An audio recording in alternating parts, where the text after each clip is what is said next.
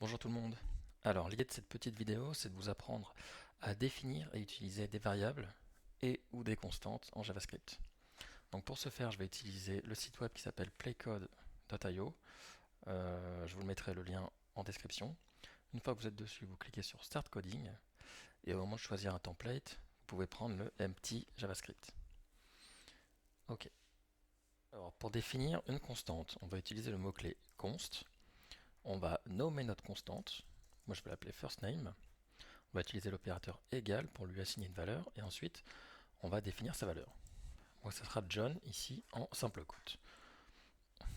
Donc pour afficher une variable ou une constante dans la console, que ce soit la console du navigateur ou la console d'une runtime comme Node.js ou Deno, on va utiliser la fonction console.log pour loguer quelque chose dans la console. Euh, donc en JavaScript, quand on appelle une fonction, il faut utiliser des parenthèses et on va passer des arguments dans ces parenthèses. Par exemple, si je veux afficher le nombre 42, vous voyez en bas dans la console que j'ai bien le nombre 42 qui s'affiche.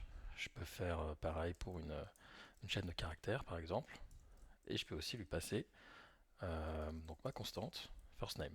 On voit bien ici que c'est la valeur de la constante qui est affichée dans la console. Donc ici, c'est John.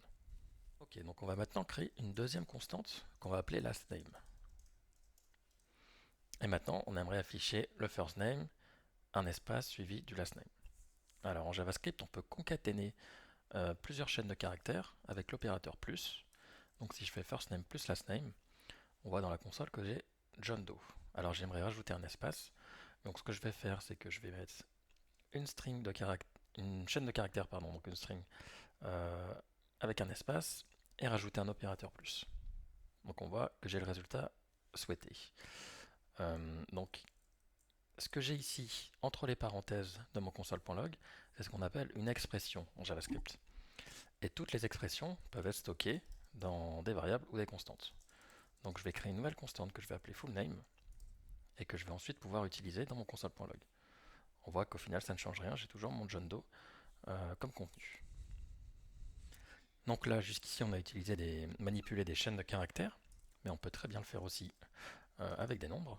Je vais créer un premier nombre price A qui est égal à 30, un deuxième nombre price B qui est égal à 42, et en fait je vais pouvoir additionner ces deux nombres.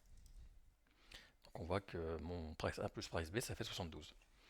Et avec les nombres je vais pouvoir utiliser tous les signes arithmétiques. Donc j'aurai le plus, j'aurai la soustraction, la multiplication, la division, etc. Alors maintenant ce qui peut être intéressant de voir c'est comment est-ce qu'on modifie une variable. Donc si par exemple je modifiais first name et je veux que mon first name maintenant ça soit Paul, on voit dans la console que j'ai une erreur. Parce que first name ici, c'est une constante. Et en fait, les constantes sont ce qu'on appelle immutables. C'est-à-dire qu'on ne peut pas changer leur valeur. Si on veut changer la valeur d'une constante, il faut utiliser une variable. Et donc pour ça, on utilisera non plus le mot-clé const, mais on va utiliser le mot-clé let. Let, ça va créer une variable qui est mutable, c'est-à-dire qu'on va pouvoir modifier sa valeur une fois qu'elle a été définie.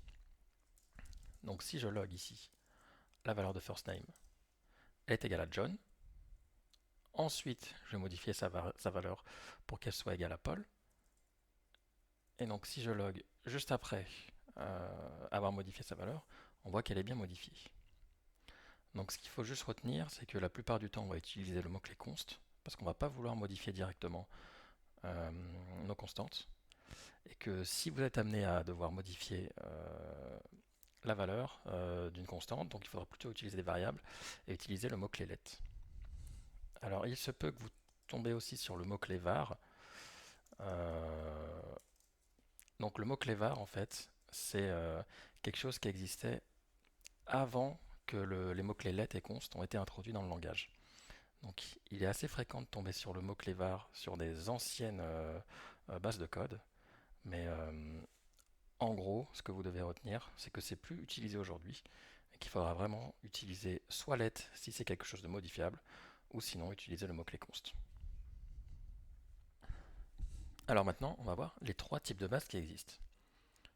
Donc, on a déjà vu first name, qui est une chaîne de caractères, et donc une string. On a vu aussi le deuxième qui était les nombres, donc les numbers. Et le troisième qu'on n'a pas encore vu, c'est les booléens. Donc il peut être soit true, soit false. Un booléen comme ça. Donc c'est true ou c'est false. Ok. Pour connaître le type d'une variable, on peut utiliser l'opérateur typeof. Donc ça s'écrit comme ça, typeof first name. Donc on va loguer le typeof de first name, on voit que c'est une string. Total un nombre et disable un booléen. Alors attention, pour les booléens, on écrit soit true soit false, qui sont des mots-clés réservés en JavaScript. Si vous mettez des simples quotes, ça devient une string. C'est la même chose avec des doubles quotes. Donc pour les booléens et pour les nombres, il ne faut pas mettre de quotes. Par exemple, si je fais un typeof de 32, ça va être une string parce que c'est entouré par des quotes. Et donc, c'est comme ça qu'on va un peu expliquer la concaténation versus l'addition. Si par exemple j'ai deux chaînes de caractères qui sont 21 et 32, on va voir que l'opérateur plus va les concaténer. Donc ce qui va me donner 2132. Alors que moi je veux les additionner. Donc en fait il faut bien faire attention. JavaScript ne va pas être capable d'additionner deux strings de caractères, il va les concaténer. C'est la même chose s'il y a une chaîne de caractères, donc une string et un nombre. Pour lui, il ne va pas réussir à les additionner, donc il va convertir le nombre en chaîne de caractères et concaténer les deux chaînes de caractères. Donc quand vous voulez manipuler des nombres, il faut bien vérifier et s'assurer que ceux-ci sont bien des nombres. Comme ceci. Donc je pense que je vais m'arrêter là pour la première vidéo. Donc dites-moi si ça vous a plu et si ça vous plaît, je continuerai sur les tableaux, les objets, les fonctions et ainsi de suite. Donc je vous remercie et n'hésitez pas à vous abonner si vous voulez voir la suite.